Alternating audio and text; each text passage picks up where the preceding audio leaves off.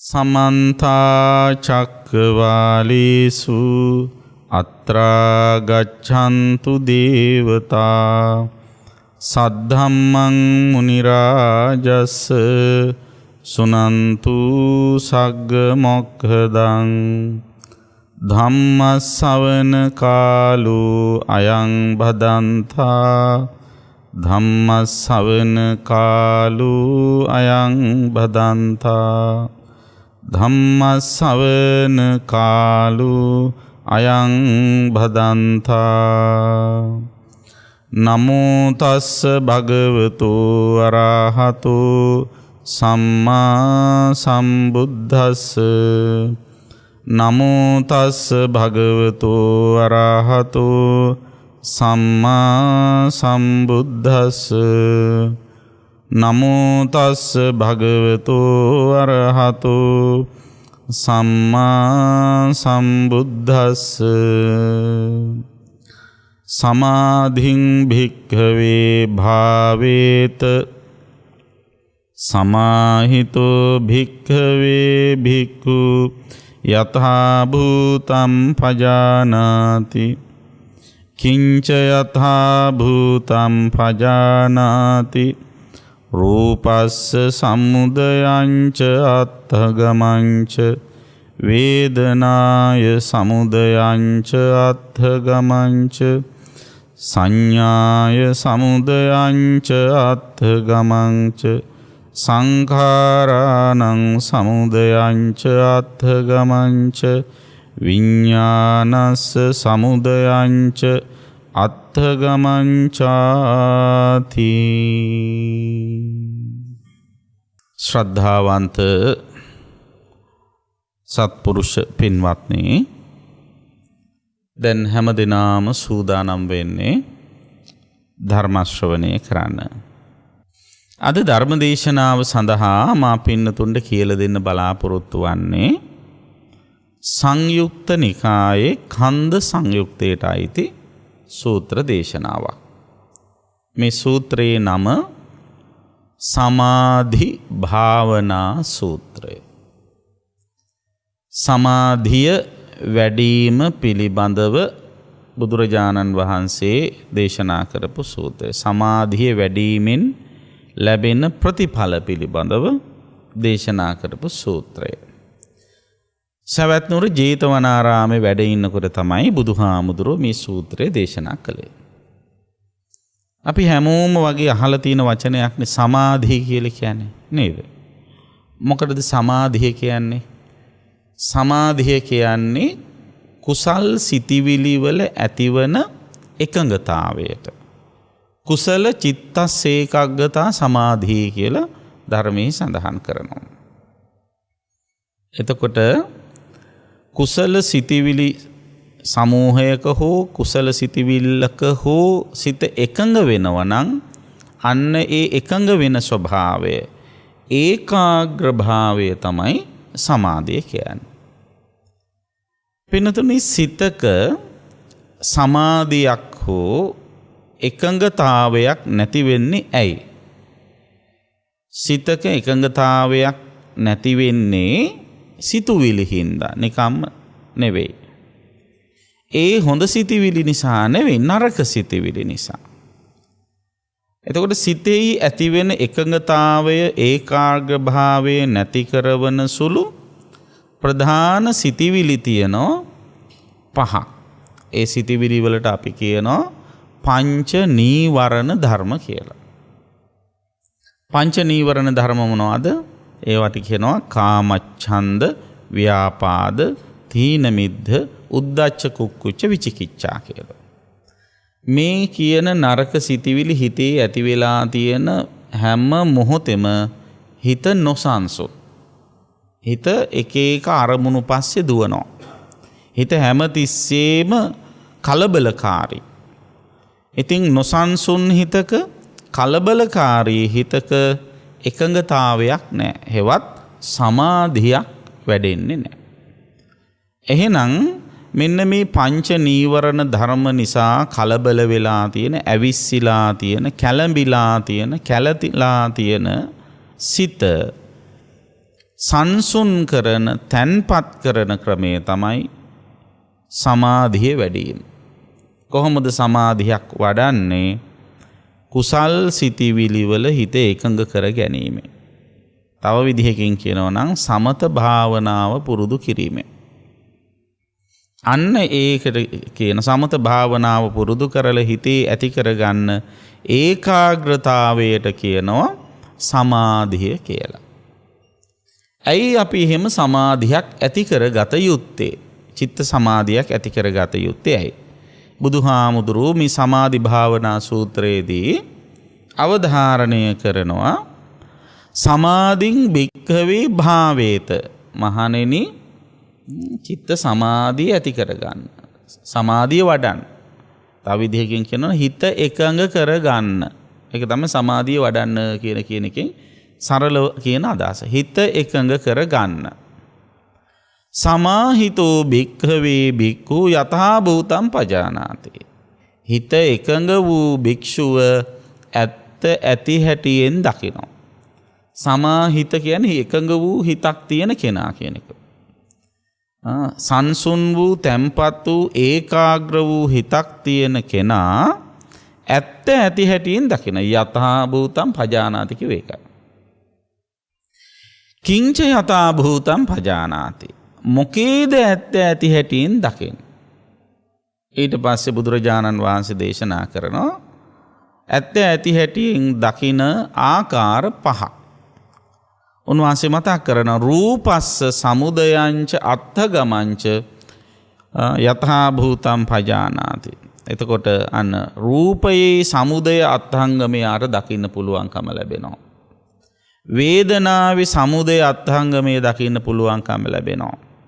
සංඥාවේ සමුදය අත්ථංගමයේ දකින්න පුළුවන්කම ලැබෙනවා. සංස්කාරවල සමුදය අත්ථංගමයේ දකින්න ලැබෙනවා. විඥානයේ සමුදය අත්ථංගමයේ දකින්න ලැබෙනවා. දැන් මේ කිව්වේ මොන කාරණාද? පංචස්කන්ධය. පංචස්කන්ධය සම්බන්ධයෙන් සමුදය අත්ථංගමය. සමුදය කියන්නේ හට ගැනීම, අත්ථංගමය කියන්නේ නැතිවීම. තව සරල විදිහට කිව්වොත් ඇති පංචස්කන්ධයේ ඇතිවීම නැතිවීම දකින්න පුළුවන්කම ලැබෙනවා. කාටද ලැබෙන්නේ? සමාධි භාවනා පුරුදු කරපු කෙනෙකුට. හෙවත් හිත එකඟ කරගත්ත කෙනෙකුට. එතකොට හිත එකඟ කරගත්ත කෙනාට තමයි මේ පංචස්කන්ධය පිළිබඳව ඇත්ත ඇති හැටියෙන් දකින්න පුළුවන්කම ලැබෙන්නේ. එතකොට ඇයි පංචස්කන්ධය පිළිබඳව ඇත්ත ඇති හැටියෙන් දකින්න ඕන? පංචස්කන්ධය පිළිබඳව ඇත්ත ඇති හැටියෙන් දකින්නේ නැති තාක්කල් පෘථග්ජනයා පංචස්කන්ධය මොකද කරන්නේ? උපාදානය කරනවා. පංච උපාදානස්කන්ධය සිද්ධ කරනවා. පංචස්කන්ධය උපාදානය කරන තරමට මොකද වෙන්නේ? එයා උපාදානය කරන්නේ වෙන මොකක්වත් නෙවෙයි, දුකමයි. ඇයි ඒ? බුදුහාඳුරු දේශනා කරනවා සංකිට්ඨේන පංච උපාදානස්කන්ධා දුක්ඛ. සැකෙවින් කියනවා නම් පංචස්කන්ධය උපාදානය කිරීම දුකයි. ඒතර පංචස්කන්ධය උපාදානය කරනවා කියන්නේ දඩිව අල්ලා ගන්නවා, ළඟට අරගෙන තියා ගන්නවා කියලා කියන්නේම දුකක්. එතකොට දුකෙන් නිදහස් වෙන්න ඕන එක්කෙනා මොකද්ද කරන්න ඕන? අන්නේ පංචස්කන්ධය උපාදානය කරන එක නවත්තන්න ඕන. පංචස්කන්ධය උපාදානය කරන එක නවත්තන්න නම් මොකද්ද කරන්න ඕන? පංචස්කන්ධය පිළිබඳව ඇත්ත ඇති හැටියෙන් දකින්න ඕන. ඇත්ත ඇති හැටියෙන් දැකීමට තමයි යථා භූත කියලා කියන්නේ. යථා භූතය කියන්නේ ඒකයි. එතකොට අන්න ඒ ඇත්ත ඇති හැටියෙන් දකින්න උපකාර වෙන ප්‍රධාන ධර්මතාවය තමයි මොකද්ද? චිත්ත සමාධිය. මානසික ඒකාග්‍රතාවය. සිතේ එකඟතාවය. සිත සංසුන් නැත්නම් එක අරමුණක පිහිටුව ගන්න බැරි නම් අපිට බෑ සිතේ තියෙන හැබෑ ස්වභාවය තේරුම් ගන්න. මේ පංචස්කන්ධයේ තියෙන හැබෑ ස්වභාවය තේරුම් ගන්න. එහෙම කෙනාට දුකින් නිදහස් වෙන්න බෑ. දැන් ඔන්න ලිඳක් තියෙනවා. ඒ ලිඳේ වතුර හොඳටම කැළතිලා, කැළඹිලා, මඩ වෙලා, ජරා වෙලා තියෙනවා. ඉතින් ඒ ලිඳ දිහා බලන කෙනාට ඒ ලිඳේ වැටිලා තියෙන ලින් පතුලේ තියෙන දේවල් පේන්නේ. ඇයි පේන්නේ නැත්තේ? වතුර මඩ වෙලා ඇවිස්සීලා තියෙන නිසා. ඒතර කාට හරි මේ ලිම්පතුලේ තියෙන ඒවා දකින්න ඕන නම් මොකද්ද වෙන්න ඕන? ඉස්සෙල්ලාම අර මඩ වෙච්ච කැළතිච්ච වතුර සංසුන් වෙන්න ඕන. රොන් මඩ ඇතුළට පල්ලෙහාට බහින්න ඕන. බැහැලා වතුර හොඳට ක්ලියර් වුණාම පැහැදිලි වුණාම අන්න යට වැටිලා තියෙන සබන් කොළද සබන් කැටද බාල්දිද එහෙම නැත්නම් දිරච්ච කොළද ඔක්කොම යට පේන්න ගන්නවා. ඇයි? අර වතුර හොඳට පැහැදිලිව පේන නිසා. ඇයි වතුර එහෙම පැහැදිලි වෙලා තියෙන්නේ? කැළඹිලා නැහැ. කැළතිලා නැහැ. මඩ වෙලා නැහැ. අන්න ඒ නිසා යට හොඳට පේන්න ගන්නවා. ඒ වාගේ තමයි අපේ හිතත්. අපේ හිතත් පංච නීවරණ ධර්මයන්ගෙන් ඇවිස්සලා කැළඹිලා කැළතිලා කෙලිසිලා තියෙනකම්ම සිතේ සමාධියක් ඇති වෙන්නේ නැති තාක්කල් අපට මේ පංචස්කන්ධය පිළිබඳව ඇත්ත ඇති හැටියෙන් දකින්න පුළුවන් කමක් නැහැ. අන්න ඒ නිසා බුදුරජාණන් වහන්සේ දේශනා කරනවා පංචස්කන්ධය ගැන හරියට දැක ගන්න නම් මොකද කරන්න ඕන? ඉස්සෙල්ලා හිත එකඟ කර ගන්න ඕන. චිත්ත සමාධිය ඇති කර ගන්න ඕන. සමත භාවනාව පුරුදු කර ගන්න ඕන. සමාහිත වූ කෙනෙකුට තමයි, හිත එකඟ වෙච්ච කෙනෙකුට තමයි පංචස්කන්ධය පිළිබඳව යථාභූතය දකින්න පුළුවන්කම ලැබෙන්නේ කියලා. පින්වත්නි, යථාභූතය කියලා කියන්නේ වෙන මොකක්වත් නෙවෙයි. ඇත්ත ඇති සැටිය කියන එක. යමක හැබෑ ස්වභාවය කියන එක තමයි යථාභූතය කියන්නේ. එතකොට යමක යථා ස්වභාවය ඇත්ත ඇති සැටිය දකින්න නුවණක් අවශ්‍යයි. යමක ඇත්ත දකින්නත් නියම විදියට ඇත්ත තියෙන විදියට අවබෝධ කරගන්න නුවණක් තියෙන්න ඕන. නුවණ නැති කෙනාට ඒක කරන්න බෑ. අන්නේ නුවණට කියනවා යථාභූත ඥාන දර්ශනය කියලා. යථාභූත ඥාන දර්ශනයක් තියෙන කෙනාට විතරයි යමක ඇත්ත ඇති හැටියෙන් දකින්න පුළුවන්. එතකොට යථාභූත ඥාන දර්ශනය තියෙන කෙනා ඕනම දෙයක් දිහා බලනවා කාරණා පහකින්. මොකක්ද මේ කාරණා පහ කියන එක අපි තේරුම් ගන්න ඕනේ. යථාභූත ඥාන දර්ශනයක් ඇති කර ගන්න ඕන කෙනා මෙන්න මේ කාරණා පහ දියුණු කර ගන්න ඕන. මොකක්ද? සමුදය, අත්ථගමය, ආස්වාදය, ආදීනවය, නිස්සරණය. යථාභූත ඥාන දර්ශනය කියලා කියන්නේ ඔන්න ඔය කියන කරුණු පහෙන් යුක්තව යමක් දිහා බලන්න පුළුවන්කම. එතකොට කවුරු හරි කෙනෙකුට යථාභූත ඥාන දර්ශනය ඇති කර ගන්න ඕන නම් එයා මෙන්න මේ කාරණා පහ පිළිබඳව හොඳ ප්‍රවීණෙක් වෙන්න ඕන. සමුදය කියලා කියන්නේ යමක හටගන්න ස්වභාවය දකින්න හැටි. යමක් ඇති වෙලා තියෙන්නේ කොහොමද කියලා දකින්න ඕන. ඒක තමයි සමුදය දකින්නවා කියන්නේ. අත්ථගමය කියලා කියන්නේ ඒක නැති වෙන්නේ කොහොමද කියලා දකින්න ඕන. ඊට පස්සේ ආස්වාදය, මේ ඇතිවීමයි නැතිවීමයි අතරේ කිසියම් ආස්වාදනීය සුබ වූ දෙයක් තියෙනවද කියලා තියෙනවා නම් ඒක දකින්න ඕන. ඊළඟට ආදීනවය. ඊට පස්සේ මේ සුබ වූ දේ හැමතිස්සෙම එහෙම තියෙනවද? එහෙම නැත්නම් මේ සුබ දේත් වෙනස් වෙනවාද කියලා දකින්න ඕන. ඒක තමයි ආදීනවය කියන්නේ. එතකොට එයා වටහා ගත්තොත් මේ සුබ දේ හැමතිස්සෙම සුබ විදියට තියෙන්නේ අසුබ වෙනවා. මේ ලස්සන හැමතිස්සෙම තියෙන්නේ මේක කැත වෙනවා කියලා දැක්කහම එයාර ලස්සනේ ඇලෙන්නේ නැහැ. සුබ දේ ඇලෙන්නේ නැහැ. ඇලෙන්නේ නැති වුණාම එයා මොකද කරන්නේ? ඒක අතහරිනවා. අතහරින එකට කියනවා නිස්සරණ කියලා. අන්නේ අතහරින්නට අවශ්‍ය කරන දැක්ම ඇති කර ගැනීම තමයි යථාභූත ඥාන දර්ශනය ඇති කර ගන්නවා කියන්නේ. එතකොට දැන් අපි බලමු කොහොමද මේක මේ යථාභූත ඥාන දර්ශනේ පංචස්කන්ධය සම්බන්ධයෙන් ඇති කරගන්නේ කියලා. දැන් පංචස්කන්ධය තමයි රූප, වේදනා, සංඥා, සංඛාර, විඥාන කියලා කියන්නේ. එතකොට දැන් මේ රූපය සම්බන්ධයෙන් පස් ආකාරයකට දකින්න ඕන යථාභූත ඥාන දර්ශනය ඇති කරගන්න. මොකද්ද පස් ආකාරය? රූප සමුදය දකින්න ඕන, රූප අත්ංගමය දකින්න ඕන. රූපේ තියෙන ආස්වාදය දකින්න ඕන. රූපේ තියෙන ආදීනවේ දකින්න ඕන. රූපේ තියෙන නිස්සරණය දකින්න ඕන. ඒතර රූප සමුදය හෙවත් රූපය හැදිලා තියෙන හැටි දකින්න ඕන. දැන් අපි ශරීරය ගත්තොත් මේ මිනිස්සෙකුගේ ශරීරය මේ ශරීරය හැදිලා තියෙන්නේ කොහොමද? මේ ශරීරය මේ තාක් හැදිලා තියෙන ආහාර නිසා. නේද? දැන් ඔන්න අම්මා කෙනෙකුගේ කුසේ කලල රූපයක් හට ගන්නවා.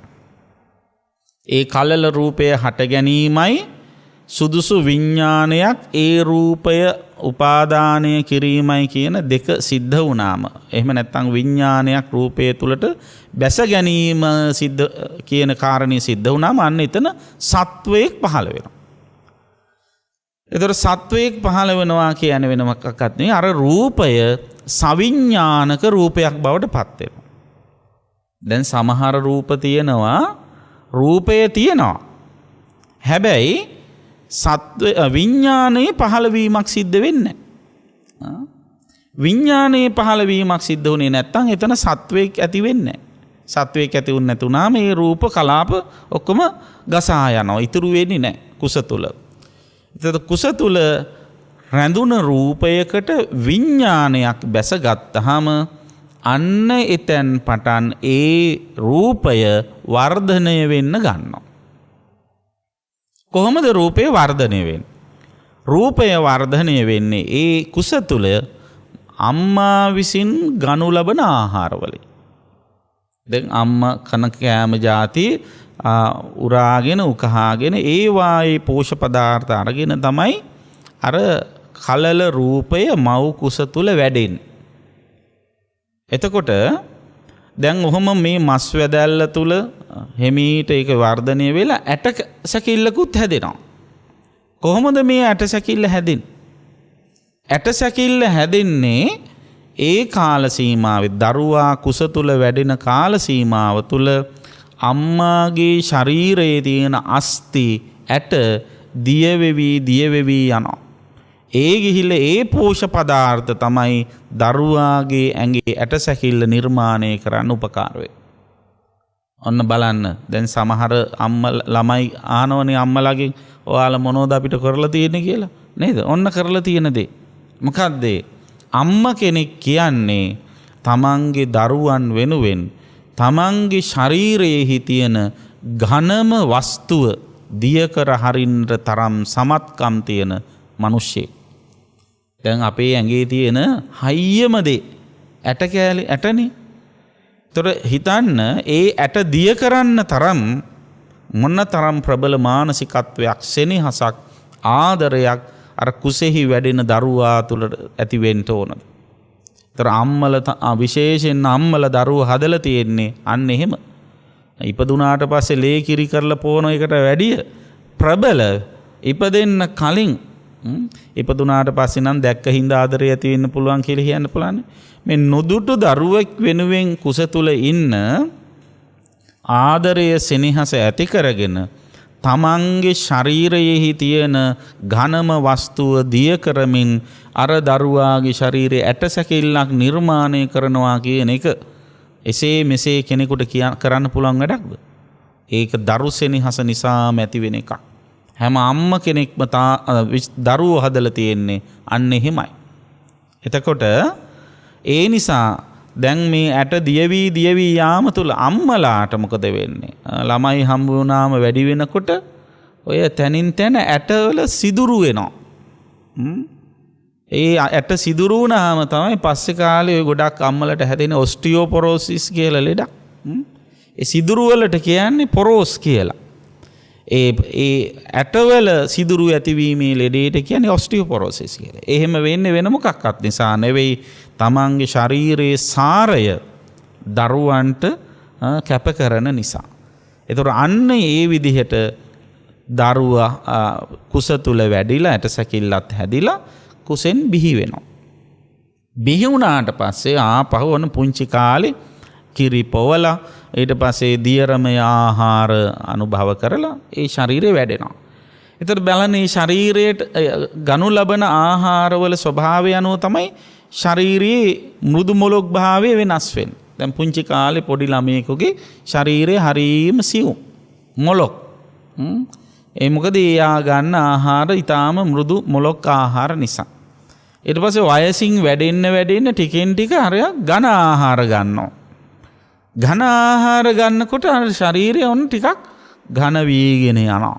අර මෘදු මොලොක් ගති නැති වීගෙන පුංචිම කාලේ උඩුබැලිය අතට ඉන්න දන ගාන පොඩි දරුවෙකුගේ ශරීරයේ තියෙන මෘදු මොලොක් ගතිය දුවන පනින ඇවිදින දරුවෙක්ගේ නෑ. ඊට පස්සේ අවුරුදු 10 12 වෙනකොට මේ මෘදු මොලොක් ගති ටිකෙන් ටික නැති වෙලා 18 20 වෙනකොට ඔන්න ගොරෝසු ශරීර බවට පත් වෙනවා. ඒ මොකද ඒ කාලේදී අර පුංචි කාලේ කාපු කෑම කන්නේ. එතකොට කන්නේ ගොරෝසු ආහාර නේද? එහෙම කාලා ඊට පස්සේ තව තවත් ගොරෝසු ආහාර අනුභව කරලා ඔම කවදා හරි ගිහිල්ලා වයසට යනවා. නේද? වයසට ගියාට පස්සේ මොකද වෙන්නේ? වයසට ගිහිල්ලා හොඳටම වයසට ගියාට පස්සේ ආයි කන්න ගන්න මොනවාද? පුංචිම කාලේ කාපු කෑම නේද? එතකොටත් ඉතින් දතුත් නෑ හපන්න ගොරෝසු ඒවා නේද? ඒ නිසා අර දියරමය ආහාර ගන්නවා. එතකොට මොකද වෙන්නේ? අර තිබිච්ච ගොරෝසු ආහාරයත් එක්ක මේ ශරීරයේ ඇති වෙච්ච ජවය බලය ඒව මොකක්වත් නැති වෙලා පොඩි ළමයෙකුගේ ශරීරයේ බවට පත් වෙනවා. එතකොට අන්න අර කරපු ඒව ඉස්සර කරපු ඒව කරන්න බැරි වෙනවා. ඒකනේ නාකි වෙනවා කියන්නේ නේද? නාකි කියන්නේ නොහැකි කියන එකයි. ඉස්සර කරපු දේවල් කරගන්න බැරි වෙනවා. එතකොට දැන් බලන්න මේ ශරීරය හෙවත් මේ රූපය හටගන්නේ මොනවා මුල් කරගෙනද? ආහාර මුල් කරගෙන. අන්න රූප සමුදය. රූපේ සමුදය දකිනවා කියලා කියන්නේ එතකොට මේ රූපය හටගන්නේ ආහාර නිසා කියලා දැනගන්න ඕන. ඊට පස්සේ මොකද කරන්නේ? රූප අත්ථගමය. දැන් කවදා හරි මේ රූපය නැති වෙන්න ප්‍රධාන හේතුවක් තමයි මොකද්ද? ආහාර නැතිවීම. ආහාර නිසා රූපය හටගත්තා නම් ආහාර නැති වුනහම රූපයක් නැති වෙනවා. දැන් ඔය සමහරු මැරෙන්න ඕන වුණාම මොකද කරන්නේ? කන්න නැතුව ඉන්නවනේ නේද? දැන් කන්න නැති එකට අපි සාමාන්‍ය කියන්නේ මොකක් කරනවා කියලාද? උපවාස කරනවා කියලා. උපවාස කරනකොට මොකද කරන්නේ? කන්නේ නැහැ, බොන්නේ නැහැ, මොකුත් කරන්නේ නේද? සමහර උපවාස කරන හොරින් බිස්කට් කනවා නේද? ඒ වුණාට මේ සාමාන්‍යයෙන් එහෙම කන්න බොන්නේ නැහැ. එතකොට ඔන්න බලන්න ආහාරය නැතිවීම තුළ මොකද වෙන්නේ? රූපය අත්ංගමයටපත් වෙනවා. එතකොට දැන් මෙන්න මේ ඇතිවීමයි නැතිවීමයි රූපය ඇතිවීමයි නැතිවීමයි කියන ක්‍රියාකාරීත්වයේ අතරේ සිද්ධ වෙන තව කාරණා තුනක් තියෙනවා. මූලික කාරණා දෙකක් තියෙනවා. මේ දෙක අවබෝධ කරගත්තොත් තුන්වෙනි කාරණාව කරන්න පුළුවන්. මොකක්ද? ආස්වාදයයි ආදීනවයි නිස්සරණයි. දැන් මේ විදිහට ආහාර නිසා හැඩ වෙන ලස්සන වෙන මේ රූපේ එක්තරා පැත්තක් තියෙන ලස්සන පැත්තක්. ඒක තමයි ආස්වාදය. නේද? එතකොට අන්න දැන් ළමා කාලේ වෙනකොට ඊට පස්සේ තරුණ වීගෙන එනකොට මැදි වියටපත් වෙනකොට ඒ රූපේ ආස්වාදය තියෙනවද නැද්ද? ආස්වාදය තියෙන ලස්සනයි ඒ රූපේ. නේද? රූපේ ආස්වාදයක් නැත්තම් මේ ලෝකේ ඉන්න කවුරුවත් රූපවල ඇලෙන්නේ නැහැ. එතකොට මේ ලෝකේ මිනිස්සු රූපවල ඇලෙන්නේම මොකක් නිසාද? ආස්වාදේ තියෙන නිසා. හැබැයි ඒ ආස්වාදය පොඩි කාලේ තියෙන්න පුළුවන්, තරුණ කාලේ තියෙන්න පුළුවන්, මැදි වියේදී තියෙන්න පුළුවන්. ඊට පස්සේ කාලයක් ගියාම මොකද වෙන්නේ? ඔය ආස්වාදේ විදිහටම තියෙනවද? ඒ විදිහටම තියෙන්නේ නැහැ. මොකද වෙන්නේ? අනුක්‍රමයෙන් ඔය රූපේ දි รา පත් වෙනවා. ඊට පස්සේ මොකද වෙන්නේ? ඒකට කවුරුවත් කැමති වෙනවද? කැමති නැහැ. ඒකනේ වයසක ආච්චිලට සීලට කවුරුත් කැමති නැත්තේ. නේද? තරුණ කාලේ තමයි යාළු වෙන්න හදන්නේ. ඔක්කොම තියෙන වයසට ගියාට පස්සේ ඒ ආස්වාදය දකින්න නැති නිසා එතනදී මොකද කරන්නේ? එතනදී යන්න ඇති වෙන ආදීනවයක්. ඒතකොට ආදීනේ දකින්න ඕන. අනේ මේක මෙහෙම ලස්සනට තියෙනවා. හැබැයි මෙන්න මේ විදිහට වෙනස් වෙලා යනවා කියලා දකින්න. ඒක තමයි ආදීනවේ දකින්නවා කියන්නේ. ඒතර ආදීනවේ දැක්කහම මොකද කරන්න ඕන? නුවණ තියෙන එක්කෙනා දකින්න. අනේ ඉතින් කවදත් මේක මෙහෙම තිබ්බොත් මේ தත්ත්වයටපත් වෙනවා. ලස්සනට තියෙන ඒවා කැත වෙනවා. එතකොට ලස්සනට තියෙන වෙලාවේ මම ඒකේ ඇලුනොත් මොකද වෙන්නේ? කැත වුණාම දුකයි. ඇයි මං කැමති වෙච්ච දේ නැති වුණ නිසා. නේද? දැන් අපි හිතමු මලක් පූජා කරනවා. ඉතින් මේ මල හරිය ලස්සනයි. ඒ ලස්සන මලේ ලස්සනට ආස්වාදයට අපි බැඳිලා අපි කල්පනා කරනවා නේ මේ මල හෙටත් පර වෙන්නේ නැතුව තිබ්බනම් හොඳයි කියලා ආස්වාදයේ ඇලිලා අපි එහෙම අදහසක් හිතට ගන්නවා. පහුවෙන්ද ගිහිල්ලා බලනකොට මේ මල පර වෙලා. එතකොට මොකද වෙන්නේ? දුකයි. ඇයි දුක ඇති වෙන්නේ? අර පර වෙන මල පර නොවී තියාගන්න හිතෙන් බැඳුන නිසා. නේද? තව කෙනෙක් මල පූජා කරනවා. එයා දකිනවා මල ලස්සනයි කියලා. හැබැයි ඒත් එක්කම ආදීනවයක් දකිනවා. ආස්වාදේ විතරක් නෙවෙයි. මොකද්ද? දැන් මේ මල ලස්සන තමයි. හැබැයි හැමතිස්සෙම මේ ලස්සන ඉතිරි වෙන්නේ නැහැ. හවස් වෙනකොට හෙට වෙනකොට මේ මල පෙති හැලිලා පර වෙලා කැත වෙලා යනවා කියලා ඒක දකිනවා. දැකලා එයා තීරණය කරන ඒක තමයි මලේ හැටි කියලා. එහෙම හැටි දැක්කහම එයා ලස්සන මලේ ඇලින්නේ. මොකද හෙට වෙනකොට ඊළඟ මොහොත වෙනකොට මේක පර වෙනවයි කියලා එයා අවබෝධයක් තියෙන නිසා. එතකොට ඒ මල ඔන්න ස්වභාවයටම පහුවෙන්ද පර වෙනවා. පර වුණාම යාට දුකයිද? දුකක් නැහැ. ඇයි දුක නැත්තේ? එයා මල දැක්කේම ලස්සනට දැකලා හැබැයි පර වෙන බවත් දැක්ක නිසා. අන්න ඒ නිසා ආස්වාදයේ ඇලුනේ නැති කෙනාට ආදීනවේදී දුකක් ඇති වෙන්නේ නැහැ. එතකොට ආදීනවේ දුකක් ඇති වෙන්නේ නැත්නම් එයාට ඒක අතහරින්න ලේසි. එතකොට නිස්සරණ කියලා කියන්නේ මොකද්ද? අන්න ආදීනවේ දැකලා ඉවර වෙලා අර ආස්වාදයෙන් බැඳෙන ගතිය නවත්තන එක. ඒක තමයි නිස්සරණ කියන්නේ. අතහරිනවා කියලා කියන්නේ මල අතහරිනවා කියන්නේ මල් එපා කියන එක නෙවෙයි. අතහරිනවා කියලා කියන්නේ ඒ මලට තියෙන බැඳීම අතහරින එක. දැන් අද කාලේ ගොඩාක් අය අතහරිනවා කියලා හිතාගෙන අතහරින මේ භෞතික දේවල් අතහැර ඉන්නවනේ. නේද? සියල්ල අතහරින්න කියලා තියෙන. ඒ නිසා මට රූපත් එපා, ශබ්දත් එපා, ගන්ධත් එපා, රසත් එපා, මොනවත් එපා. මං අතහැරලා ඉන්නේ කියලා. එහෙම අපිට ජීවත් වෙන්න බෑ. නේද? මේ ලෝකේ ජීවත් වෙනකොට අපිට ඇස් තියෙනවා නම් ඇස් වලට රූප පේනවා. කන් තියෙනවා නම් කන් වලට ශබ්ද ඇහෙනවා. නේද? නාය තියෙනවා නම් නායට ගඳ සුවඳ දැනෙනවා. දිවක් තියෙනවා නම් දිවට රස දැනෙනවා. අපි කැමති වුණත් අකමැති වුණත්. කයක් තියෙනවා නම් ස්පර්ශ දැනෙනවා. ඒ කියන්නේ ඉන්ද්‍රයන් තියෙනවා නම් අරමුණු ගෝචර වෙනවා. ඉතින් අතහරිනවා කියලා කියන්නේ මොකද්ද? අර ඉන්ද්‍රයන්ට අරමුණු ගෝචර වෙන එක නවත්තන එක නෙවෙයි.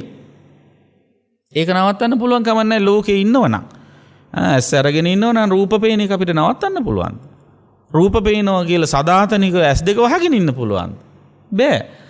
කන් දෙක තියෙනවා නම් ශබ්ද ඇහෙන එක නවත්තන්න පුළුවන්ද? කන් දෙකට ශබ්ද ඇහෙනවා කියලා හැමතිස්සෙම කනේ ඇඟිලි ගහගෙන ඉන්න පුළුවන්ද? නේද? දිවක් තියෙනවා නම් රස දැනෙන එක නවත්තන්න පුළුවන්ද? රසක් තියෙනවා නම්. නේද? ඒතොර රස දැනෙනවයි කියලා හැමතිස්සෙම කට වහගෙන ඉන්නද? එහෙම ඉන්න බෑ. එහෙනම් මොකද්ද මේ අතහරිනවා කියන්නේ? අතහරිනවා කියන්නේ ඉන්ද්‍රයන්ට ගෝචර වෙන අරමුණු පරිහරණය කරන්න නැතුව ඉන්නවා කියන එක නෙවෙයි. අතහරිනවා කියන්නේ ඒ අරමුණු මුල් කරගෙන කෙලෙස් ඇවිස්සෙන ස්වභාවය අතහරින එක. එතකොට කෙලෙස් ඇවිස්සෙන ස්වභාවය අතහරින්න නම් අන්නේ අරමුණෙහි යථාභූතය දකින්න ඕන. යථාභූතය කියන්නේ මොකද්ද? ඇත්ත ඇති හැටියෙන් දකින්න ඕන. එතකොට ඇත්ත ඇති හැටියෙන් දකින්න ඒක හටගත් හැටි දකින්න. ඒකට කියන සමුදය. ඒක නැති වෙන හැටි දකින්න ඕන. ඒකට කියන අත්හගමය. ඒකේ තියෙන සුබ පැත්ත තියෙනවා නම් සුබ පැත්තක් ඒ සුබ පැත්ත අනිවාර්යයෙන්ම දකින්න ඕන. ඒකට කියන ආස්වාදය. ඊට පස්සේ සුබ පැත්ත හැමතිස්සෙම තියෙන්නේ නැහැ. ඒකත් අසුබ වෙනවා කියලා තේරුම් ගන්නවා. ඒකට කියන ආදීනව. ඒතර ඔන්න ඔය කියන කාරණා ටික හරියට දැක්ක කෙනාට නිස්සරණිය ලීසි. අතහරින්න ලීසි. අතහරිනවායි කියලා කියන්නේ අර භෞතික ද්‍රව්‍ය වලින් එහෙම නැත්නම් බාහිර ආයතන වලින් බැහැර වෙලා ඉන්නවා කියන එක නෙවෙයි. ඒවා පරිහරණය කරන ගමනේම ඒවාට තියෙන ඇලෙන ස්වභාවය නවත්ත ගන්න. නෙළුම් පතකට වැටිච්ච දිය බිඳුවක් වගේ නොයලී ඉන්න පුරුදු වෙන්න. නෙළුම් කොලේ අත් තියෙනවා නම් උඩින් වැස්සක් වහිනව නම් නෙළුම් කොළේට වතුර වැටෙන එක නවත්තන්න පුළුවන් කමක් නැහැ. හැබැයි නෙළුම් කොළේ කොතරම් වතුර වැටුණත් ඒවා උරා ගන්නෙ නැහැ. නේද? අන්න ඒ වගේ අපි මේ ඉන්ද්‍රයන්ගෙන් කෙතරම් අරමුණු පරිහරණය කළත් ඒවා මුල් කරගෙන තණ්හා උපාදානයන්ට යන්නේ නැතුව ඉන්නවනම් අපේ හිතේ කෙලෙස් ඇවිස්සෙන්නේ. අන්න ඒකට තමයි නිස්සරණය කියන්නේ. අතහරිනවා කියලා කියන්නේ. කෙලෙස් අවුස්සා ගන්නේ නැතුව ඉන්ද්‍රයන් පරිහරණය කරන්න පුරුදු වෙනවා. එතකොට පින්වත්නි ඔන්න රූපය සම්බන්ධයෙන් ආකාර පහකට දකින්න ඕන. ආස්වාදය, ආදීනවය, නිස්සරණ, ආස්වාද මූලික එක සමුදය, අත්ංගමේ, ආස්වාදය, ආදීනවය, නිස්සරණ. ඒ පහ. ඊළඟට වේදනාව. වේදනාව සම්බන්ධයෙන් බුදුහාඳුරු දේශනා කරන යථාභූත ඥාන දර්ශනය ඇති කරගන්න. දැන් මේ ඔක්කොම දකින්න නම් පසුබිම මොකද්ද? චිත්ත සමාධිය. මානසික ඒකාග්‍රතාවයක් නැති කෙනාට මේ රූපය සම්බන්ධයෙන් මේ කාරණා පහ හරියට තේරුම් ගන්න බෑ. දැන් බලන්න ෆෑන් එකක් කැරකෙනවා. ෆෑන් එකක් කැරකෙනකොට කැරකෙන ෆෑන් එකේ තටු කීයක් තියෙනවද කියලා අපිට හරියට කියන්න බෑනේ. නවත්තලා තිබිච්ච ෆෑන් එකක් දැකලා තියෙන නිසා අපිට කැරකුණාමත් ඕකේ තටු 3යි කියලා කියන්න පුළුවන් බව ඇත්තයි.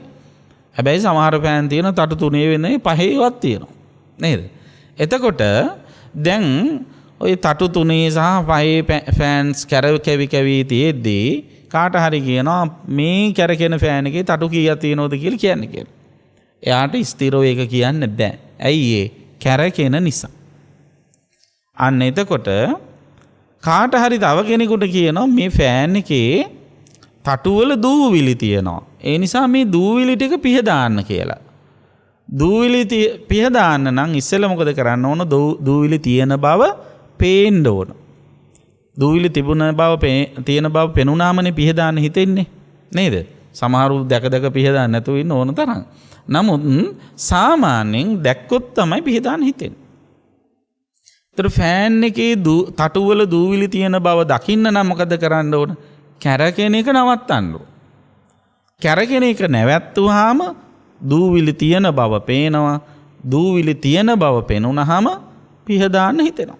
පිහ දානවා.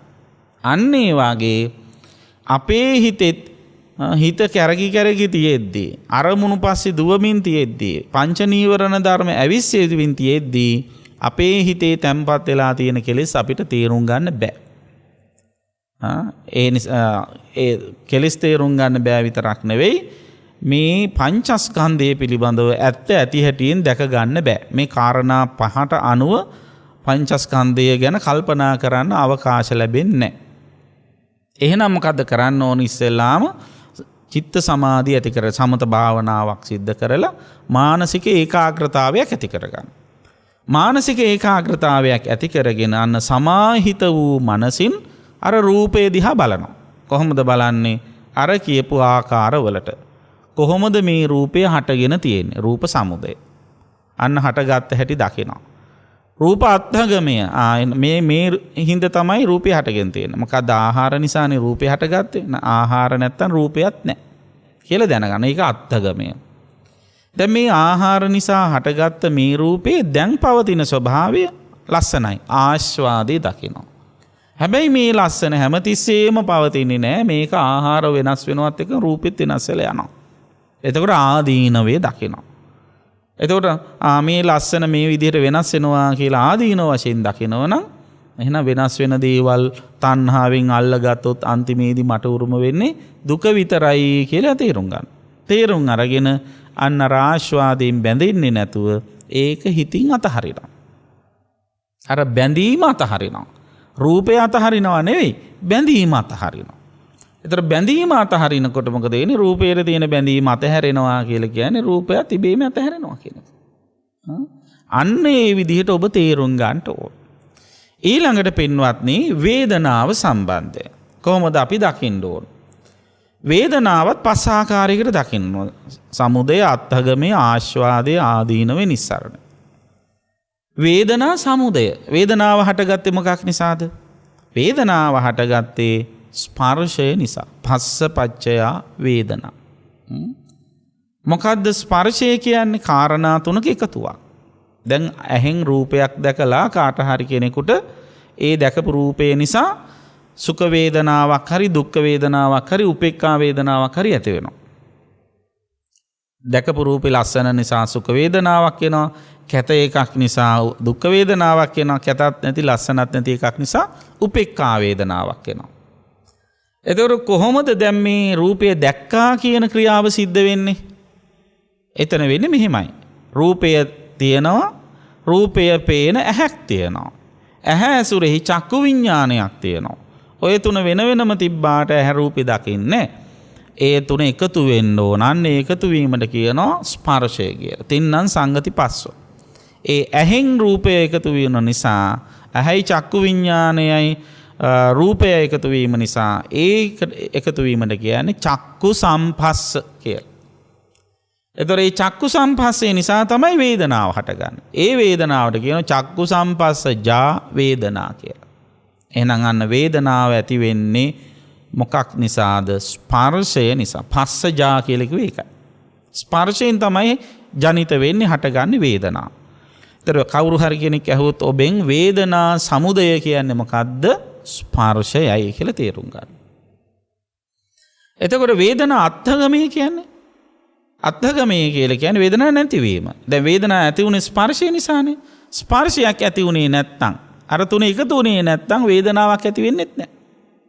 ඇහැයි රූපයයි චක්කු විඥානයයි වෙන වෙනම තිබ්බනම් එකතු නොවි වේදනාව වින්දනයක් ඇති වෙන්නේ නැහැ. එතකොට වින්දනයක් ඇති වුනේම අර ඒ තුන එකතු වුන නිසා. එතකොට අන්න එකතු වීමට කියන ස්පර්ශය. එතකොට ස්පර්ශය කියන්නේ වේදනා සමුදය. එතකොට වේදනා අත්ථගමය කියන්නේ ස්පර්ශ නැතිවීම. එහෙම අර තුන එකතු වුනේ නැත්නම් එතන තියෙන්නේ වේදනා අත්ථගමය. ඉතින් කොහොම හරි දැන් වේදනා අර කාරණා තුන එකතු වීම නිසා ඇහැ රූපේ දැක්කනේ. දැක්ක රූපේ ලස්සන නිසා මොකක්ද ඇති වෙන්නේ? අන්නේ දැකීම තුළ ආස්වාදයක් ඇති වෙනවා. වේදනාව සුඛ වේදනාව හමුවේ ආස්වාදයක් ඇති වෙනවා. හැබැයි ඒ සුඛ වේදනාව හැමතිස්සෙම තියෙන්නේ නැහැ. ඒක වෙනස් වෙනවා. ඒක තමයි වේදනාව ආදීනවය. ලස්සනට තියෙන හැම එකක්ම, හොඳට තියෙන හැම එකක්ම, සැපට තියෙන හැම එකක්ම එලෙසින්ම පවතින්නේ. මේ ඇතිව නැතිවන යන ලෝකයේ පින්වත්නි ස්ථිරසාර කිසි දෙයක් නැහැ. ඒ හැම එකක්ම නැති වෙලා යනවා. එහෙනම් වේදනාවේ සුඛ වේදනාවත් වෙනස් වෙනවා. ඒක තමයි වේදනා ආදීනවය. ඉතින් මේ සැපය හැමතිස්සෙම තියෙන්නේ නැහැ කියලා කවුරු හරි කෙනෙක් අටහා ගත්තා නම් එයා මොකද කරන්නේ? අර සැපේ ඇලෙන්නේ. අර සුඛ වේදනාවේ ඇලෙන්නේ. ඒතර සුඛ වේදනාවේ ඇලෙන්නේ නැත්නම් එයා ඒ සුඛ වේදනාව අතහරිනවා. ඒ කියන්නේ මොකද්ද?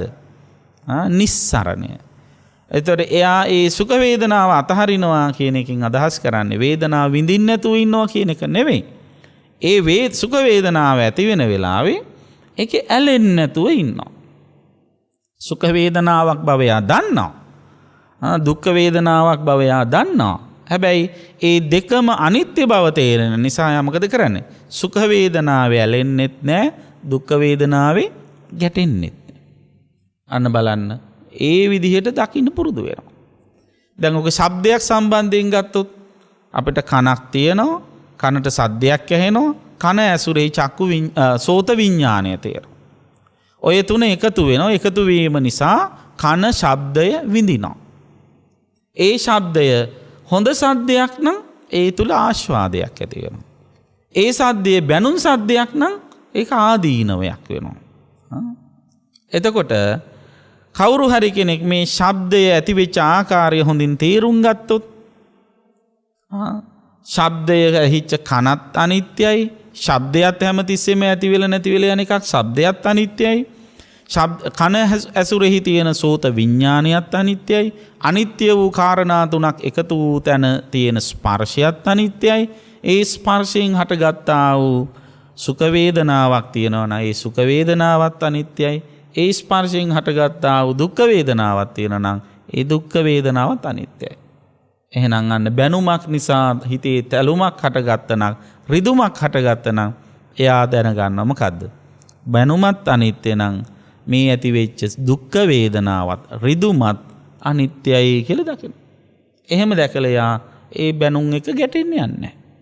ඒක අවබෝධයෙන් තේරුම් අරගෙන අතහරිනවා. අන්න රහතන් වහන්සේලා බැනුම් අහන හැටි. නේද? අපිත් පුරුදු වෙන්න ඕන ඒ ක්‍රමේ. රහත් වෙන්න නම් අපිත් ඒ ක්‍රමේ අභ්‍යාස කරන්න ඕන. දැන් රහතන් වහන්සේලා බැනුම් අහලා නැද්ද? අහලා තියෙනවා. ඇයි උන්වහන්සේලාගේ හිත රිදුන්නේ නැත්තේ? උන්වහන්සේලා ඒවා අල්ලගත්තේ නැහැ. නේද? අල්ලගත්තේ නැතුව ඒ උන්වහන්සේලා මොකද කරේ? ඒවා අතහැරියා. අන්න එහෙම අතහරින්න පුරුදු වෙන්න ඕන. දැන් ওই පරණ අම්මලා කියනවනේ ඔය අතහරින්න කියලා. දැන් ඔය එක්කෙනාට බැන්නහම ඒ දිහා බලාගෙන ඉඳලා ඉතින් ළඟට ඇවිල්ලා කියන අනේ පුතේ මන් දැක්වාට හවලා හරියට බනිනවා. මටත් හරි දුකයි. කරන්න දෙයක් නැහැ. ගණන් ගන්න එපුවත් එක පැටලෙන්න යන්න එපා. මාත් ඔය වගේ බැනුම් ඕන තරම් ඒ දවස්වල අහලා තියෙනවා. මට නම් දැන් ඕව අහලා උරුයි. මං ඕව දැන් මේ කනින් අහලා මේ කනින් පිට කරනවා කියලා කියනවා. එහෙම කියනෝනේ. ඒක හරිය හොඳ දාර්ශනික කතාවක්. මේ කනින් අහලා මේ කනින් පිට කරනවා කියන්නේ මොකද්ද? අල්ලගන්න එපා අතහරින්න කියන එක. ඒක නේද? අල්ලගන්න එපා අතහරින්න. අන්න ඒ විදිහට පුරුදු වෙන්න ඕන. අපරාධ කියන්න බෑ ලංකාවේ මිනිස්සු මේ කනින් අහලා මේ කනින් පිට කරනවා. හැබැයි බන නේද? බැනුම් ඇහුවොත් කන කොන්ක්‍රීට් කරලා හරි ඔයාට කියන්න ලේසි මන්නේ දන්නේ දුක කියලා ඉවරලා අරකම තියාගෙන ඒකම ගැන හිතා කම්පා වෙවි කොච්චර විඳවනවද නේද? ඉතින් අන්න ඒ නිසා පින්වත්නි ඒ විඳවිල්ලට යන්නේ නැතුව අර අතහරින්න පුරුදු වෙන වේදනාව. එතකොට වේදනාවත් ওই විදිහට දකින්න ඕන. කොහොමද දකින්න ඕන? සමුදය, අත්ථගමය, ආස්වාදය, ආදීනව, නිස්සරණ. ඊළඟට සංඥාව. සංඥා කියලා කියන්නේ අඳුනා ගැනීම කියන. අඳුනගන්නේ අරමුණුනේ. අරමුණු අඳුන ගන්නකොටත් අර පස් ආකාරයට දකින්න ඕන. මොකද්ද? සමුදය, අත්ථගමය, ආස්වාදය, ආදීනව, නිස්සරණ. දැන් රූපයක් අඳුන ගන්නවා කියලා හිතන්න. ඒතර රූප සමුදය. ඒ සංඥා සමුදය දකින්න ඕන. කොහොමද ඒ රූප සංඥාව ඇති උනේ කියලා දකිනවා. රූප සංඥාව ඇති උනේ ඒ අර ස්පර්ශය නිසාමයි. රූප සංඥාව ඇති වෙන්නත් හේතු ස්පර්ශයයි. ඒතර ස්පර්ශය නැති තැන රූප සංඥාවක් ඇති වෙන්නේ නැහැ. ඒතර රූප සංඥාව ආස්වාදනීය සංඥාවක්. ඒ කියන්නේ ලස්සන සංඥාවක්. ඒ විදිහට දකින්න ඕන. හැබැයි මේ ආස්වාදනීය සංඥාව මේ හඳුනා ගැනීම හැමතිස්සෙම එහෙම තියෙන්නේ නැහැ. මේ හඳුනා ගැනීමත් වෙනස් වෙනවා කියලා දකින ආදීනවේ දකින. එහෙම දැකලා ඉවරලා මොකද කරන්නේ? අර හඳුනා ගැනීම තණ්හාවෙන් බැඳෙන්නේ නැතු වෙන්නේ. ඇයි? ලස්සන තියනවා වගේම කැතක් තියෙනවා. හොඳ වගේම නරකක් තියෙනවා. තියෙනවා වගේම නැති වෙනවා. කියලා අනිත්‍ය දකිනවා. අනිත්‍ය දකිනවා නම් එයා අන්න අර සංඥාවේ බැඳෙන්නේ නැතුව සංඥා ඒක අතහරිනවා. ඒතර සංඥාවේ නොබැඳී ඒක අතහරින්න පුළුවන් කෙනාට අන්න සංඥාවෙන් නිදහස් වෙන්න පුළුවන්කම ලැබෙනවා. ඊළඟට සංඛාර කියන්නේ සිතුවිලි. එතකොට දැන් මේ අරමුණු විඳින අරමුණු සම්බන්ධයෙන් කිසි කෙනෙකුට සිතුවිල්ලක් ඇති වෙනවා. මම මෙහෙම රූපයක් දකිනවා ආදී වශයෙන් එයාට කිසියම් සිතුවිල්ලක් ඇති වෙනවා. ඒවට කියන චේතනා කියලා, සංඛාර කියලා. ඒව ඇති වෙන්නේ ස්පර්ශය නිසා. අන සංඛාර සමුදය ස්පර්ශය නිසායි හටගන්නේ. ස්පර්ශය නැත්තම් සංඛාරයේ අත්ංගමයට පත් වෙනවා. සංඛාර නැති වෙනවා. සිතවිලි හටගන්නේ ස්පර්ශ නැත්තම්. එතකොට සිතවිලිත් හොඳ සිතවිලිත් තියෙන ආස්වාදය. හොඳ සිතවිලිම නෙවෙයි හැමතිස්සෙම හිතට එන්නේ නරක සිතවිලිත් එනවා. ඒක තමයි ආදීනවය. එහෙනම් මොකද කරන්න? හොඳ සිතවිලි වල ඇලෙන්න යන්නත් ඕනේ නැහැ. නරක සිතවිලි වල ගැටෙන්නත් ඕනේ නැහැ. නිස්සරණය අතහරිනවා. අන්න ඒ විදිහට අතහරින්න පුරුදු වෙනවා. ඊළඟට විඥාණය. විඥාණයත් පස් ආකාරයකට දකින්න ඕන. සමුදය, අත්ථගමය, ආස්වාදය, ආදීනව, නිස්සරණ. විඥානයක් පවතින්නේ කොතන? නාම රූප තියෙන තැන. නාම රූප නැත්තම් විඥානයේ පැවැත්මක් නැහැ. නාම කියන්නේ එතන සිතුවිලි. රූප කියන්නේ රූපය. සිතයි, සිතුවිලි, කයයි තියෙන තැන සත්වයක් එකතු වෙන්නේ. දැන් විඥානයේ විතරක් තනිව පවතින්න පුළුවන් කමක් නැහැ. එතකොට විඥානයක් පවතින නම් රූපයක් තියෙන්න ඕන. ඒ වගේම සිතුවිලි තියෙන්න ඕන. අන්න ඒ නිසා සිතුවිලි සහ රූපයට තමයි මෙතනදී නාම රූප කියන්නේ. නාම රූප තියෙනකොට තමයි විඥානය පවතින්නේ. එහෙනම් විඥාන සමුදය තමයි නාම රූප. ඒතර නාම රූප නැත්තම් විඥානය පවතින්නේ නැහැ. ඒක තමයි විඥාන අත්ථගමය. ඒතර විඥානයේ හොඳ අරමුණු දැනගන්න ස්වභාවය තමයි ආස්වාදය කියන්නේ. ඒ වගේම නරක අරමුණු දැන ගැනීම තුළ විඥාණයට ආදීනවයටපත් වෙනවා. එහෙනම් විඥාණයෙන් කරන්නේ හැමතිස්සෙම හොඳ ඒවා දැන ගැනීම විතරක් නෙවෙයි නරක ඒවාත් දැනගන්නවා. කියලා දැනගෙන ඒ විඥානයේ තියෙනවා නම් යම්කිසි බැඳීමක් අන්න ඒ බැඳෙන ස්වභාවය නවත්තනවා. නිස්සරණය කරනවා. ඒතර ඔන්න ඔය විදිහට කාට හරි පංචස්කන්ධය පිළිබඳව යතහා භූතය ඥාන දර්ශනය උපදවා ගන්න පුළුවන්කම ලැබෙනවා නම් ඒ තැනැත්තාට පුළුවන්කම ලැබෙනවා පංචස්කන්ධයෙන් නිදහස් වෙන්න. ඉතින් බුදුරජාණන් වහන්සේ දේශනා කරනවා පින්වත්නි සාමාන්‍ය පුද්ගලයෝ මෙන්න මේක දකින්න නැති පුද්ගලයෝ කොහොමද මේ පංචස්කන්ධේ පරිහරණය කරන්නේ කියලා. කෝ රූපස්ස සමුදය කොහොමද මේ රූපය හට ගැනීම වෙන්නේ කියලා බුදුහාඳුරු මතක් කරනවා. ඉද භික්කවේ භික්ඛු අභිනන්දති අභිවදති අජ්ජෝසාය තිට්ඨති. එන්න කවුරු හරි කෙනෙක් රූපයක් දකිනවා. දැකලා ඒ දකින රූපයෙහි අභිනන්දනය කරනවා. අභිනන්දනය කරනවා කියලා කියන්නේ ඒ රූපෙන් සතුටු වෙනවා කියන එකයි.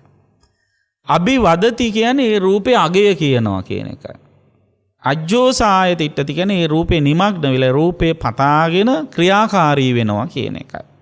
එතකොට කවුරු හරි කෙනෙක් රූපෙන් සතුටු වෙලා රූපේ අගය කියමින් ඒ රූපය ලබා ගැනීම පිණිස සිත් පහල කරගත්තාම අන්න යාට ඒ රූපය මුල් කරගෙන ඇති වෙනවා මොකක්ද? නන්දි. නන්දි කියලා කියන්නේ එතන තණ්හාවට. uppajjati නන්දේ. රූපං අභිනන්දතෝ අභිවදතෝ අජ්ජෝසාය තිට්ඨතෝ uppajjati නන්දි. අන්න අර විදියට රූපයෙන් සතුටු වෙන කෙනාගේ හිතේ ඇති වෙනවා රූප තණ්හාව. යා නන්දි තදුපාදානං. තණ්හාව හෙවත් නන්දිය ඇති වුණා නම් ඒ මුල් කරගෙන මොකද වෙන්නේ? උපාදානය ඇති වෙනවා. දැන් යම් කිසි රූපයකට තණ්හාවෙන් බැඳුණා නම් එයා ඊට පස්සේ මොකද කරන්නේ? ඒ රූපේ දැඩිව ඇලෙනවා. උපාදානය කරනවා. දැඩිව ඇලිලා ඒක ළඟට ගන්නවා. උපාදාන කියන වචනේ අර්ථ දෙකක් තියෙනවා. දැඩි ග්‍රහණය සහ ළඟට ගැනීම. උපාදාන කියන්නේ උප කියන්නේ සමීපාර්ථය ආදාන කියන ගන්නවා. ඒතර තණ්හාවෙන් බැඳිච්ච හිඳ තමයි ගත්තේ. ඒතර තණ්හාවෙන් බැඳුනේ ඒකේ සතුටු වෙන්න ගිහිල්ලා. සතුටු වෙවි ඒක ගැන හිතා ඒකේ අගය කිය ඉන්නකොට දන්නේම නැතු හිතේ තණ්හාව ඇති වෙනවා. තණ්හාව ඇති වෙනකොට ඒක තමන් ළඟට ගන්න ආසාවක් ඇති වෙනවා. උපාදානෙ වෙනවා. එහෙම උපාදානයක ළඟට අරගෙන මොකද කරගන්නේ? තියා ගන්න. උපාදාන පත්‍ය භව. තියා ගන්නවා කියන්නේ මොකද්ද? හිතේ රඳව ගන්නවා කියන එකයි. රඳවගෙන මොකද කරන්නේ? භවපත්‍ය ජාති. අන්න. භවයේ මුල් කරගෙන ජාතිය කියන්නේ නැවත නැවත මේක හිතේ හට ගන්නවා. මෙතන සාමාන්‍ය ජාති කියලා කිව්වහම මැරිලා ඉපදෙන එකටත් කියනවා. ඒ සත්වයන්ගේ ජාතිය පිළිබඳ. දැන් මේ ධර්මතා සමූහයේ ජාතිය පිළිබඳව තේසං ධම්මානං ජාති කියපු විදිහට මෙතන මේ පටිච්ච සමුප්පාද ධර්මතා සමූහේ ක්‍රියාත්මක වෙන හැටි විග්‍රහ කරන්න. එතකොට ඔන්න ජාති කියලා කියන්නේ මොකක්ද? අර හිතේ තැම්පත් වෙච්ච සිතවිල්ල නැවත නැවත හිතේ හට ගන්නවා කල්පනා කරන. ඊට පස්සේ මොකද කරන්නේ? ජාතිපච්චය ජරා මරණ. අන හිතේ හටගන්න ඒවා හටගෙන ඒ ලෙසින්ම පවතිනවද? නැහැ. සිතුවිලි කියන ඒවත් ඇති වෙලා නැති වෙලා යනවා. ජරා මරණ වලටපත් වෙනවා. ඒතර ඇති වෙලා නැති වෙලා යන මේ දේවල් මුල් කරගෙන හටගන්නේ මොනවද?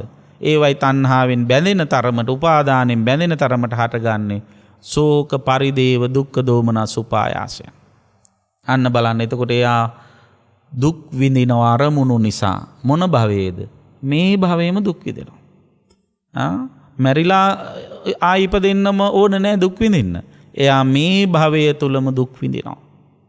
බලන්න ඔය විදිහට ඇහෙන් දැකපු රූප හිතේ තැම්පත් කරගෙන ඒ වගේ තණ්හාවෙන් බැඳිලා මිනිසු මේ භවයේම දුක් විඳින්නේ නැත්. මේ භවයේම මෙරි මෙරි උපදින්නේ නැත්. නේද? කරපු කියපු දේවල් හිතේ තියාගෙන නරක දේවල් එහෙම සමහරුනේ සත්තු මරපු හොරකම් කරපුවා ගැන මතක් කර කර අනේ මට ඒක හිතෙන වාරයක් පාස මම මෙරි උපදිනවා කියලා කියන්නේ නැද්ද? දැන් මේ මෙරි උපදිනවා කියන්නේ මේ භවයේම සිද්ධ වෙන එකක් නේ. ඒක වෙන්නේ මොකෙන්ද? කයින් නෙවෙයි මනසින්. එතකොට එයා මොකද කරන්නේ? මේ භවයේම විඳවන කෙනෙක් බවට පත් වෙනවා. ඇයි එයා එහෙම විඳවන කෙනෙක් බවට පත් වෙන්නේ? ඒ විඳවන කෙනෙක් බවට පත් වෙන්නේ අර අරමුණු වල තණ්හා උපාදානින් බැඳුන නිසා. ඇයි එයා ඒ තණ්හා උපාදානින් බැඳුනේ? ඒ අරමුණ යථාභූත ඥාන දර්ශනින් දැක්කේ නැති නිසා. යථාභූත ඥාන දර්ශනය කියන්නේ මොකද? ඇත්ත ඇති හැටියෙන් දැකීම. ඇති හැටියෙන් දකින්නවා කියලා කියන්නේ මොකද්ද? සමුදය වය දකින්න එක. තව විදිහකින් කියනවා නම් ඇතිවීම නැතිවීම දකින්න. ඇතිවීම නැතිවීම කියන එක දකින්නවා කියන්නේ මොකද්ද? එක වචනයයි. අනිත්‍ය දකින්න එක. අනිත්‍ය දකින්න නැති කෙනා නිට්ටයයි කියලා හිතලා අරමුණු වල තණ්හාවෙන් බැඳිලා ඒ උපාදානය කරගෙන ළඟ තියාගෙන නැවත කල්පනා කරලා ඒවා මත්තේම දුකටපත් වෙනවා, වේදනාවටපත් වෙනවා. ඒක ක්‍රමයක්. ඊළඟට අනිත් ක්‍රමය මොකද්ද? අනිත් ක්‍රමයේ සත්වයන්ගේ භවගාමී ක්‍රමය. ඒ තමයි දැන් ඔය විදිහට අරමුණු වලින් සතුටු වෙනවා. අරමුණු වලින් ඇහෙන් රූපයක් දැක්කහම ඒ රූපේ අභිනන්දනය කරන. එයා ඒ රූපේ සතුටු වෙන, මනසින් සතුටු වෙනවා. අභිවදති, ඒකේ අගේ කියන වචන ක්‍රියාකාරීත්වයටපත් වෙනවා. මනසින් සතුටු වෙන එකට කියන්නේ මනෝ කර්ම.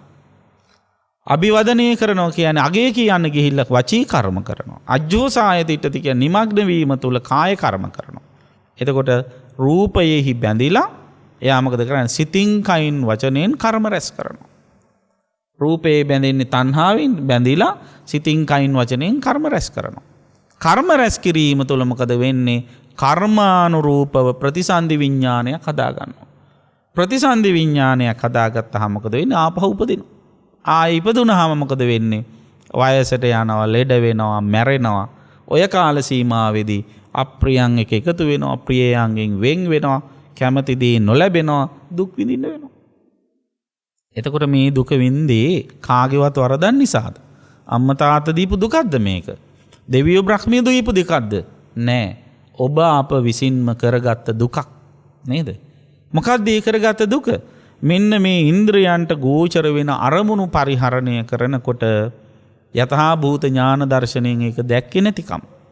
පංචස්කන්ධ ක්‍රියාකාරීත්වයේ යථා භූත ඥාන දර්ශනයෙන් දැක්කේ නැතිකම. ඒ පංචස්කන්ධය හැම අරමුණක්ම මුල් කරගෙන පංචස්කන්ධය ක්‍රියාත්මක වෙනකොට එයා යථා භූත ඥාන දර්ශනයෙන් ඒක දැක්කනම්, අර කියන ආකාර පහට දැක්කනම් එයා කිසිම අරමුණක තණ්හාවෙන් බැඳෙන්නේ නැහැ. ඇයි ඒ සෑම අරමුණක්ම අනිත්‍ය බව, තමන්ට අවශ්‍ය විදිහට පාලනය කරන්න බැරි බව, අනත්ත් බව, ඒ තුලම දුක හට ගන්න බව, දුක්ඛ බව යා තේරුම් ගන්නවා. එතකොට අරමුණු වල පංචස්කන්ධයේ ත්‍රිලක්ෂණය දකින්න කෙනා අරමුණු වල ඇලෙන්නෙත් නැහැ, පංචස්කන්ධයේ බැඳෙන්නෙත් නැහැ, උපාදානයට යන්නේ නැහැ. ඒතර පංචස්කන්ධයේ උපාදානය කරන්නේ නැති තැන භවයේ සැකසෙන්නේ නැහැ.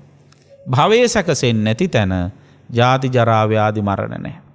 අන්න ජාති ජරා ව්‍යාධි මරණ නැති තැන තියෙන්නේ නිවන.